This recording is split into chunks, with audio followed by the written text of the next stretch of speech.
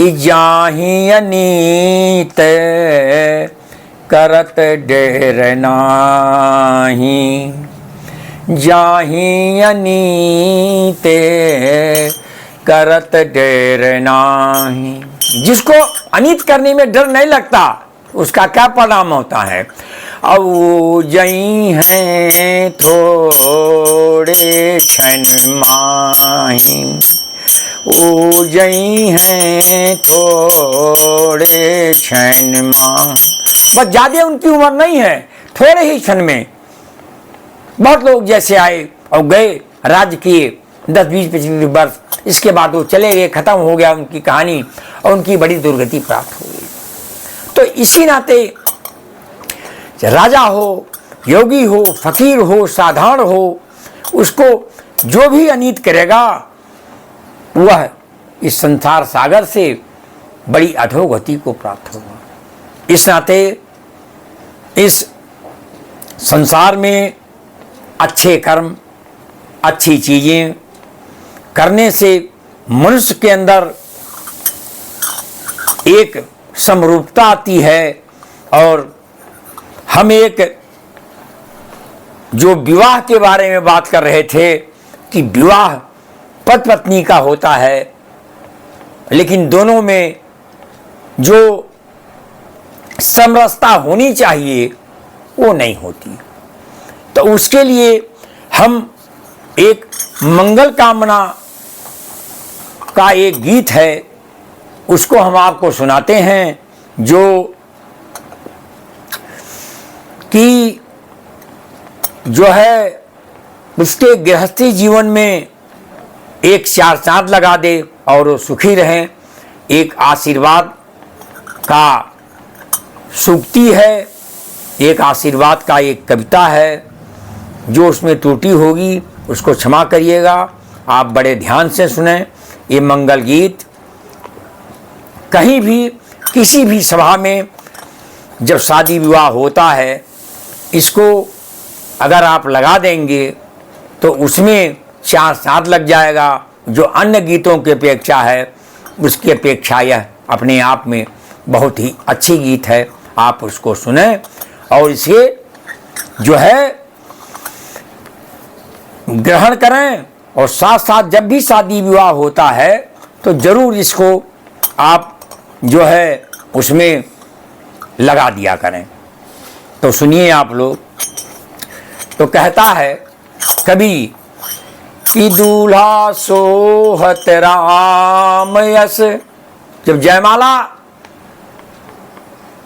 पड़ जाता है, जयमाले में बैठते हैं, तो दूल्हा और दुल्हन बैठते हैं, तो कभी कह रहा है कि दूल्हा सोहत राम यस और दुल्हन सिया समान, और नर नारी हर्षित सभी करते हैं गुणगान। नर नारी सभी हर्षित हैं और गुणगान करते हैं कि वर और कन्या दोनों बड़े अच्छे हैं, दोनों की जोड़ी अच्छी है। तो कहता है कभी कि भो संबंधी इस सभा मध्य एक से एक सज्जन गण आए हैं, एक से सज्जन गण आए हैं। आशीर्वाद आपका पाने को बचनों से, मृदु वचनों से कुछ कहलाए हैं, मृदु वचनों से कहलाए हैं। तो कहते हैं कि अपने वचनों से कुछ वह कह रहा है। कभी क्या कहता है कि मैं भी कुछ इच्छा करता हूँ, मंगल मैं शब्द सुनाने को, मंगलमय शब्द सुनाने को, मंगलमय शब्द सुनाने को, वर वधू चिरंजीवी होवे, वर वधू चिरंजीवी होवे, सुंदर भविष्य अपनाने को, वर वधू चिरंजीवी होवे, सुंदर भविष्य अपनाने को। और क्या देखिए, इस संसार में तीन ही गुण हैं और तीन ही गुण से ये पूरा संसार चल रहा है, तमोगुण, रजोगुण, सतोगुण। तीनों गुणों का अगर समावेश है तो सबके लिए सब काम आते हैं। तम नहीं होगा तो काम नहीं चलेगा, रज नहीं होगा तो भी काम नहीं चलेगा, सत नहीं होगा वो भी काम नहीं चलेगा। और तीनों गुणों के मालिक पहला तम गुण ही है, भगवान शंकर को दिया गया है। दूसरा भगवान विष्णु को रजोगुण दिया गया है। सृष्टिकर्ता ब्रह्मा जी को जो है सतोगुण दिया गया है। तो ब्रह्मा ब्रह्म है तो कहते हैं कि शिव तमोगुणी, शिव क्या है? तमोगुण के मालिक हैं। शिव तमोगुणी, ब्रह्म रजोगुणी, शिव तमोगुणी, ब्रह्म रजोगुणी, विष्णु सतोगुणी कहलाते हैं, विष्णु सतोगुणी कहलाते हैं। शिव तमोगुणी, ब्रह्म रजोगुणी, शिव विष्णु सतोगुणी कहलाते हैं, शिव सतोगुणी कहलाते हैं। और क्या? सृष्टिकर्ता, सृष्टिकर्ता पालन करता, सृष्टिकर्ता पालन करता, संहारक माने जाते हैं। सृष्टिकर्ता पालन करता, संहारक माने जाते हैं। तो क्या है?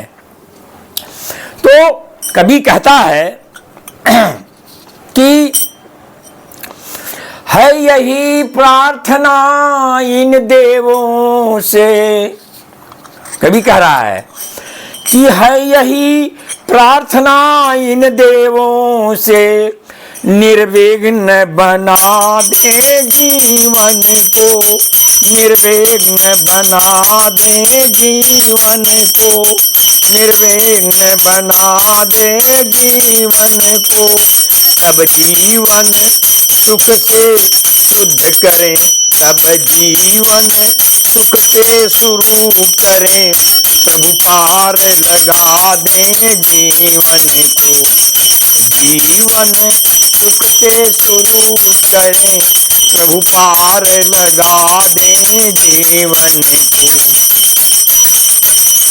और क्या कवि कहता है? क्या कहता है? इसलिए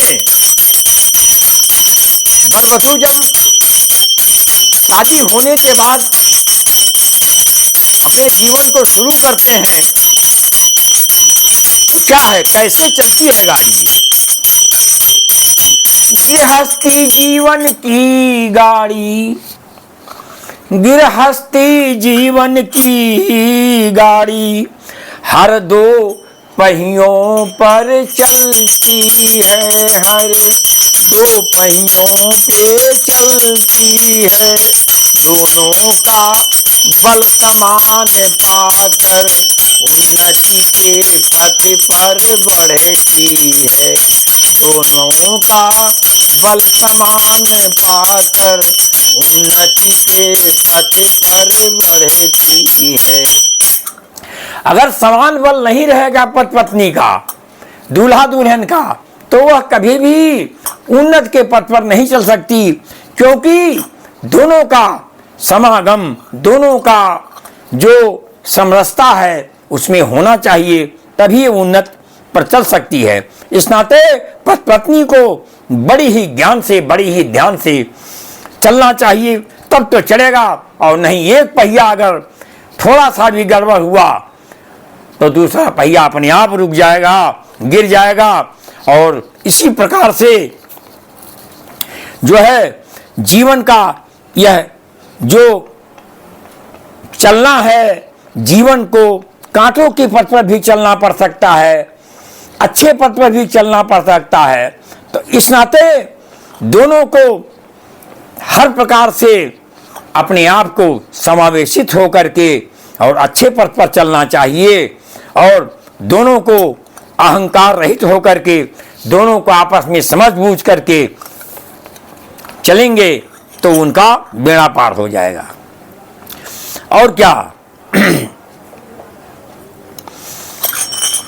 और कहता है कवि कि नर नारी ही दो पहिए हैं। कवि कहता है कि नर नारी ही दो पहिए हैं, इस जीवन रूपी गाड़ी के, इस जीवन रूपी गाड़ी के, गृह जीवन रूपी गाड़ी के, गृह जीवन रूपी मंदिर के, गृह जीवन रूपी मंदिर के, गृह जीवन रूपी वारी के, गृह जीवन रूपी वारी के। यह गृह जीवन रूपी जो आपका मंदिर है, कि आप मंदिर बना लेते हैं, तो गृह जीवन रूपी मंदिर में आपका जो जीवन है वह बहुत ही, जो मंदिर बनाए हैं मन के अनुरूप बनाए हैं, तो मन को भी सही बना करके, अच्छा करके जब आप चलेंगे तब आपका जीवन उन्नत के पथ पर चलेगा। तो कवि कहता है इसके लिए, क्या कहता है कि भगवान ये जा रहे हैं गृहस्थ जीवन में, अपने जीवन में प्रवेश कर रहे हैं, तो कवि कहता है कि ईश्वर उनको सद्बुद्धि दे। प्रार्थना कर रहा है वर और कन्या के लिए, दूल्हा और दुल्हन के लिए, कि हे भगवान आप ईश्वर उनको सद्बुद्धि दे, हृदयों में ज्ञान प्रकाश करे, हृदयों में ज्ञान प्रकाश करे। वर वधू सुखी और हर्षित हो, मंगलमय जीवन पार करें। वर वधू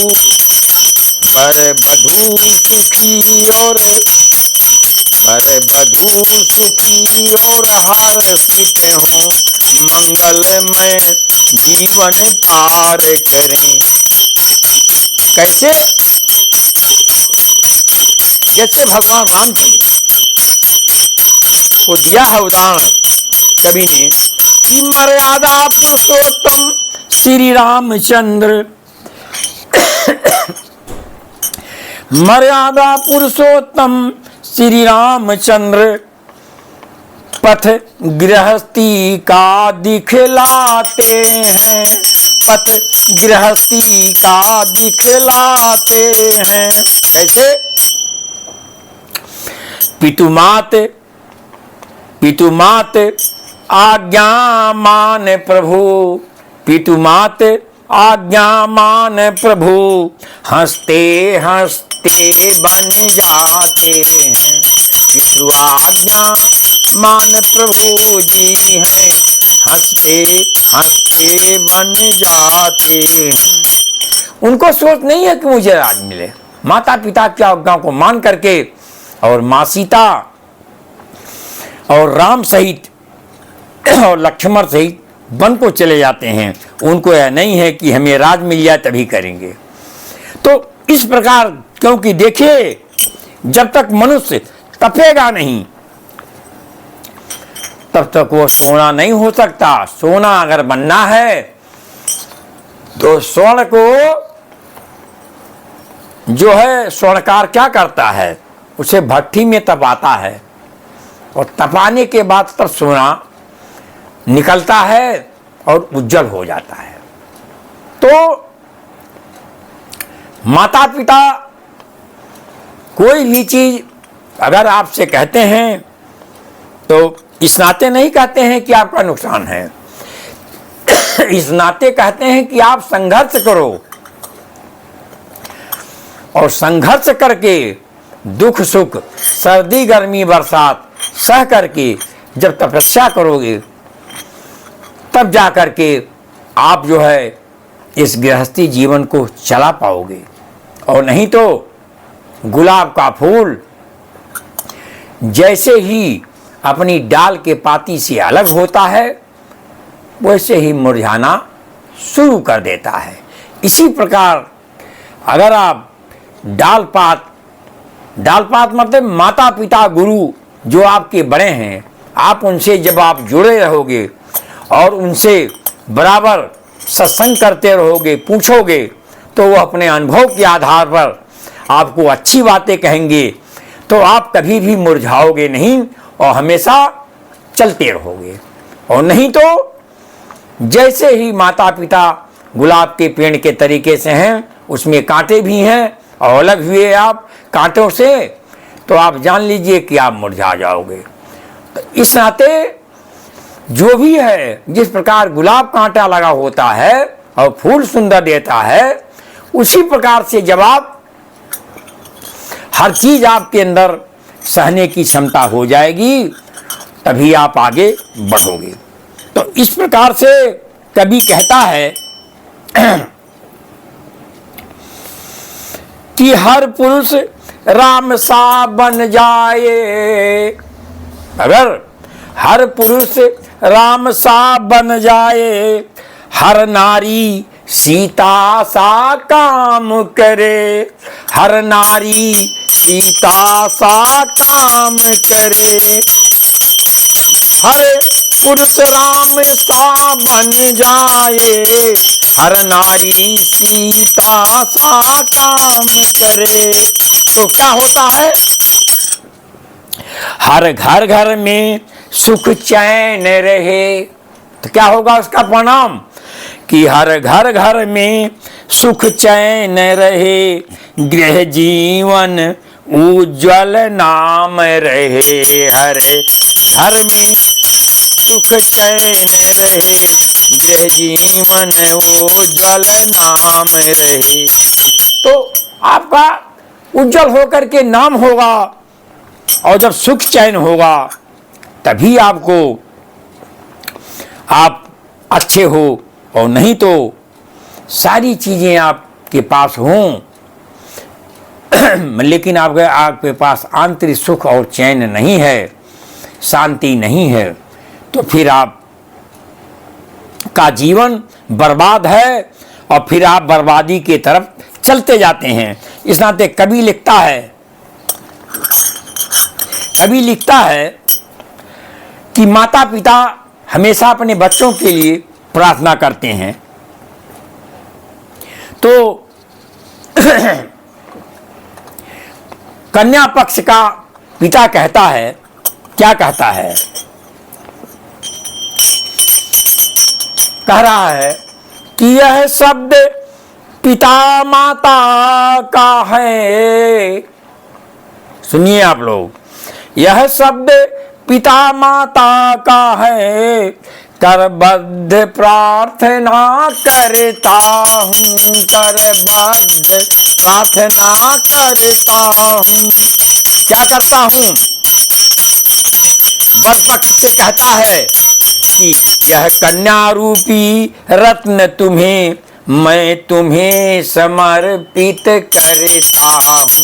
यह कन्या रूपी रत्न तुम्हें मैं अवे समर्पित करता हूँ, मैं तुम्हें समर्पित करता हूँ, मैं तुम्हें समर्पित करता हूँ।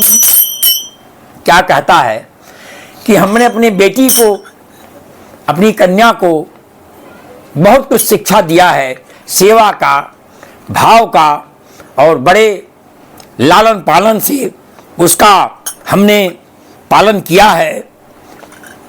वर पक्ष से कहता है, दूल्हे से क्या कहता है और कहता है कि एक माँ के हृदय का टुकड़ा है। क्या है?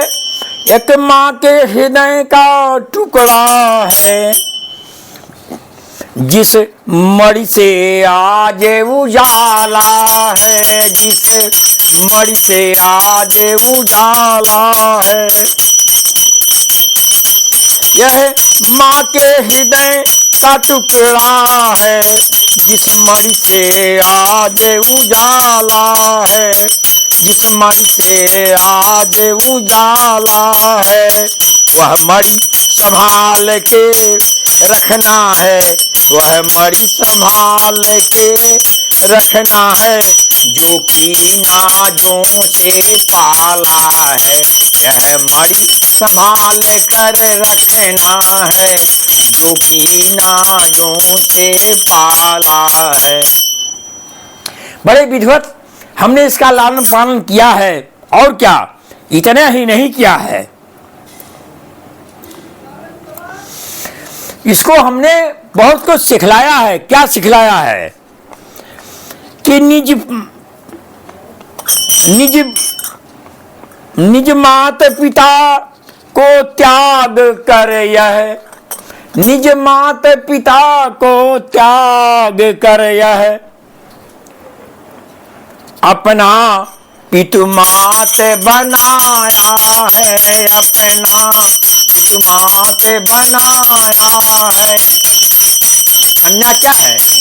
कन्या अपने माता पिता को त्याग करके और वर पक्ष के माता पिता को अपना माता और पिता बनाती है। तो कवि कहता है, निज मात पिता को त्याग करके अपना पितु मात बनाया है, अपना पितु मात बनाया है।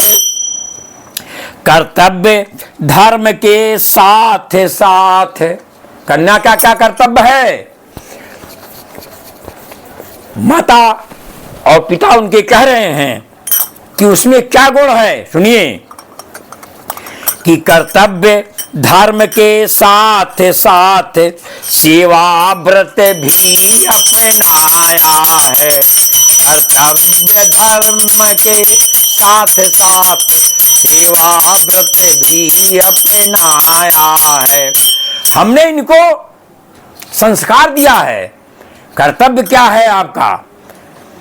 कर्तव्य ये है कि एक लड़की का कर्तव्य है कि उसको पढ़ा लिखा करके, संस्कारवान बना करके और सेवा भाव उसको सिखा करके, हर गुण को अपना करके, विषय के साथ साथ उसको संस्कार से और सारे गुणों से ठीक करके इस जो है कन्या को हमने आपको दिया है। इस नाते कह रहे हैं कि कर्तव्य धर्म के साथ साथ सेवा व्रत भी अपनाया है। कर्तव्य धर्म के साथ साथ सेवा व्रत भी अपनाया है। इस नाते कह रही हैं कि जब तक पृथ्वी पर रहे, कभी कह रहा है, आशीर्वाद दे रहा है कि जब तक पृथ्वी पर रहे असुर सरितो पुनीत, जब तक पृथ्वी पर रहे सुर सरितो ये पुनीत, तब तक बढ़ता रहे यह वर कन्या की प्रीति, तब तक बढ़ता रहे यह वर कन्या की प्रीत। सियावर रामचंद्र की जय। हरिओम तत्सत, हरिओम तत्सत, हरिओम तत्सत।